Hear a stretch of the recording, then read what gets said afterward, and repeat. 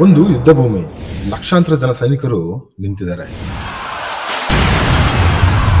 ಆ ಸಮಯದಲ್ಲಿ ಒಬ್ಬ ಮಹಾನ್ ಯೋಧನ ಕೈ ನಡುಗ್ತಾ ಇತ್ತು. ಆ ಸಮಯದಲ್ಲಿ ಅರ್ಜುನನ ಪಕ್ಕದಲ್ಲಿ ನಿಂತಿದ್ದ ಒಬ್ಬನೇ ವ್ಯಕ್ತಿ, ಕೃಷ್ಣನ ಜೊತೆ ಯಾವ ಸೇನೆ ಇಲ್ಲ, ಕೃಷ್ಣನ ಹತ್ರ ಯಾವುದೇ ರೀತಿ ಶಸ್ತ್ರಾಸ್ತ್ರ ಇಲ್ಲ.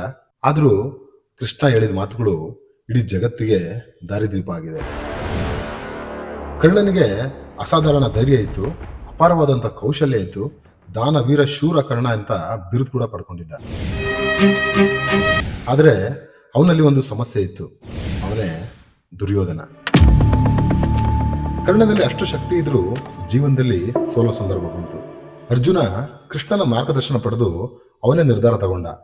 ಕರ್ಣ ದುರ್ಯೋಧನನ ಸ್ನೇಹಕ್ಕೆ ಕೆಟ್ಟು ಬಿದ್ದು ತೊಂದರೆ ಅನುಭವಿಸಿದ.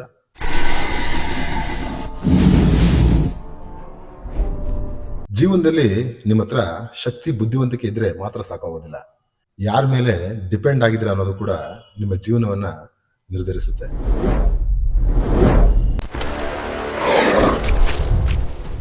ಒಂದು ಯುದ್ಧ ಭೂಮಿ, ಕತ್ತಿ, ಗುರಾಣಿ, ಶಸ್ತ್ರಾಸ್ತ್ರಗಳಿಂದ ಆ ಪ್ರದೇಶ ಎಲ್ಲ ಗದ್ದಲದಿಂದ ತುಂಬಿದೆ. ಲಕ್ಷಾಂತರ ಜನ ಸೈನಿಕರು ನಿಂತಿದ್ದಾರೆ.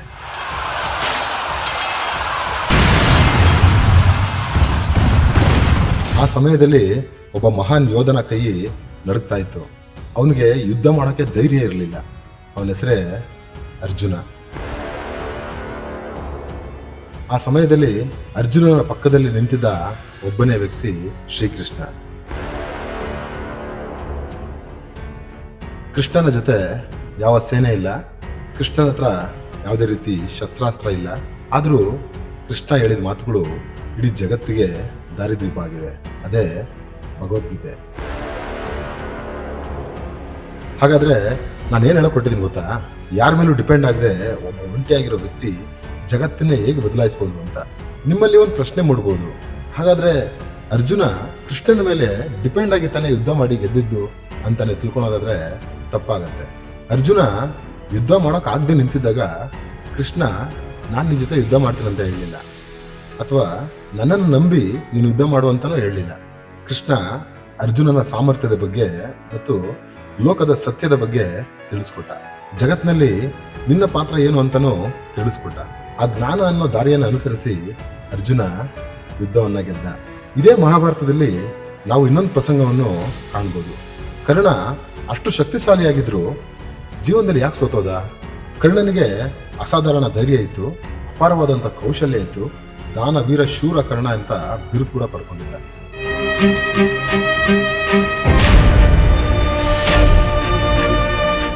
ಆದರೆ ಅವನಲ್ಲಿ ಒಂದು ಸಮಸ್ಯೆ ಇತ್ತು. ಅವನು ತನ್ನ ಜೀವನದಲ್ಲಿ ಒಬ್ಬ ವ್ಯಕ್ತಿ ಮೇಲೆ ತುಂಬಾ ಡಿಪೆಂಡ್ ಆಗ್ಬಿಟ್ಟಿದ್ದ. ಅವನೇ ದುರ್ಯೋಧನ.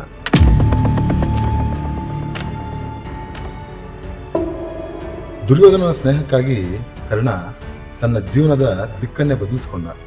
ಕರ್ಣನಿಗೆ ಇದು ತಪ್ಪು ಅಂತ ಗೊತ್ತಿದ್ರೂ ದುರ್ಯೋಧನನ ಬಿಟ್ಟು ಬರಲೇ ಇಲ್ಲ. ಕರ್ಣದಲ್ಲಿ ಅಷ್ಟು ಶಕ್ತಿ ಇದ್ರೂ ಜೀವನದಲ್ಲಿ ಸೋಲೋ ಸಂದರ್ಭ ಬಂತು. ಅರ್ಜುನ ಕೃಷ್ಣನ ಮಾರ್ಗದರ್ಶನ ಪಡೆದು ಅವನೇ ನಿರ್ಧಾರ ತಗೊಂಡ.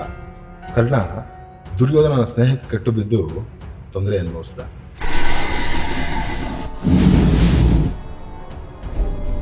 ಜೀವನದಲ್ಲಿ ನಿಮ್ಮ ಹತ್ರ ಶಕ್ತಿ ಬುದ್ಧಿವಂತಿಕೆ ಇದ್ರೆ ಮಾತ್ರ ಸಾಕಾಗೋದಿಲ್ಲ. ಯಾರ ಮೇಲೆ ಡಿಪೆಂಡ್ ಆಗಿದ್ರೆ ಅನ್ನೋದು ಕೂಡ ನಿಮ್ಮ ಜೀವನವನ್ನ ನಿರ್ಧರಿಸುತ್ತೆ. ಒಬ್ಬ ವ್ಯಕ್ತಿ ಇದ್ದ, ಒಂದು ಟೈಮಲ್ಲಿ ಅವನು ಪ್ರೀತಿಯಲ್ಲಿ ಮುಳುಗೋಗಿದ್ದ, ಸ್ನೇಹಗಳ ಬಾಂಧವ್ಯದಲ್ಲಿ ಬೆರ್ತೋಗಿದ್ದ, ತನ್ನ ಸುತ್ತ ಇರೋನೆಲ್ಲ ತುಂಬ ಪ್ರೀತಿಯಿಂದ ಕಾಣ್ತಾ ಇದ್ದ. ಆದರೆ ಒಂದಿನ ಆ ಪ್ರೀತಿ ಮುರಿದೋಯ್ತು. ಅವನ ಜೊತೆ ಇದ್ದ ಸ್ನೇಹಿತರೆಲ್ಲ ಒಬ್ಬೊಬ್ಬರಾಗಿ ದೂರ ಆಗೋದು. ಆ ಕ್ಷಣದಿಂದ ಅವನಿಗೆ ಜೀವನ ಇಷ್ಟೇನ ಅಂತ ಅನ್ಸೋದಕ್ಕೆ ಶುರು ಆಗೋಯ್ತು. ಕೆಲಸ ಮಾಡೋಕ್ಕೆ ಮನಸ್ಸಿಲ್ಲ, ದೇಹದಲ್ಲೂ ಶಕ್ತಿ ಕಡಿಮೆ ಆಗ್ತಿದೆ. ಆ ಟೈಮಲ್ಲಿ ಸಂಪೂರ್ಣ ಒಂಟಿ. ಆದರೆ ಜೀವನ ಇನ್ನೂ ಇದೆ. ಒಂದು ದಿನ ಆ ವ್ಯಕ್ತಿ ಒಂದು ಗಟ್ಟಿಯಾಗಿ ನಿರ್ಧಾರ ಮಾಡ್ದ. ಇನ್ನೇನೇ ಆಗಲಿ ನಾನು ನಿಲ್ಬಾರ್ದು ಅಂತ ಡಿಸೈಡ್ ಮಾಡ್ದ.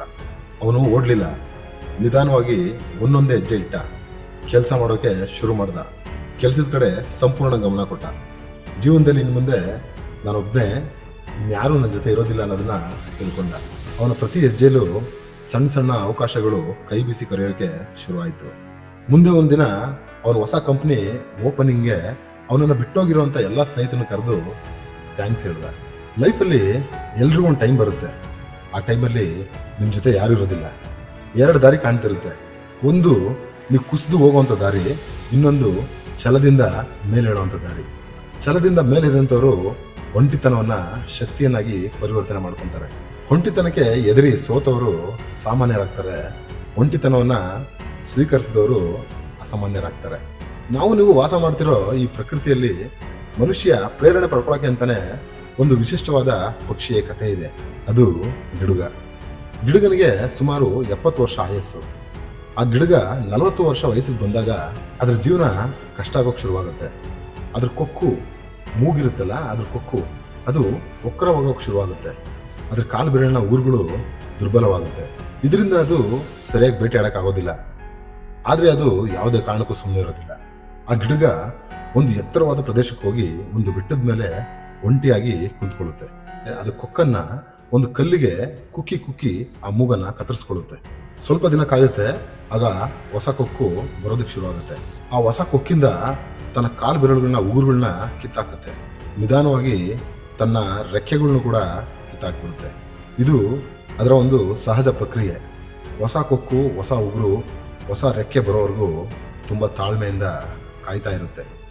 ಇಷ್ಟೆಲ್ಲ ಪ್ರಕ್ರಿಯೆ ಆಗೋದಕ್ಕೆ ಸುಮಾರು 150ರಿಂದ 180 ದಿನ ಒಂಟಿಯಾಗಿ ಕಾಯ್ತಾ ಕೂರುತ್ತೆ.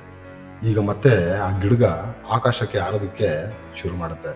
ಈ ಗಿಡುಗನ ಕಥೆಯನ್ನ ನಾವು ಜೀವನಕ್ಕೆ ಪ್ರೇರಣೆಯಾಗಿ ಬಳಸ್ಕೋಬೋದಲ್ವಾ? ಜೀವನದಲ್ಲಿ ಮುಂದೆ ಸಾಗಬೇಕಾದ್ರೆ ಹಳೆ ಅಭ್ಯಾಸಗಳನ್ನ ಬಿಡಬೇಕು, ಹಳೆ ನೋವನ್ನ ಮರಿಬೇಕು, ಧೈರ್ಯದಿಂದ ಮುಂದಿನ ಜೀವನ ಸಾಗಿಸೋದಕ್ಕೆ ಆರಂಭಿಸ್ಬೇಕು. ನೀವು ಗುಂಪಲ್ಲಿ ನಡೀತಾ ಇದ್ರೆ ಸುರಕ್ಷತೆ ಇದೆ ಅಂತ ಅನಿಸ್ಬೋದು, ಒಂಟಿಯಾಗಿ ನಡೆದ್ರೆ ಮಾತ್ರ ಸ್ವತಂತ್ರ ಇದೆ ಅಂತ ಅನ್ಸೋದು.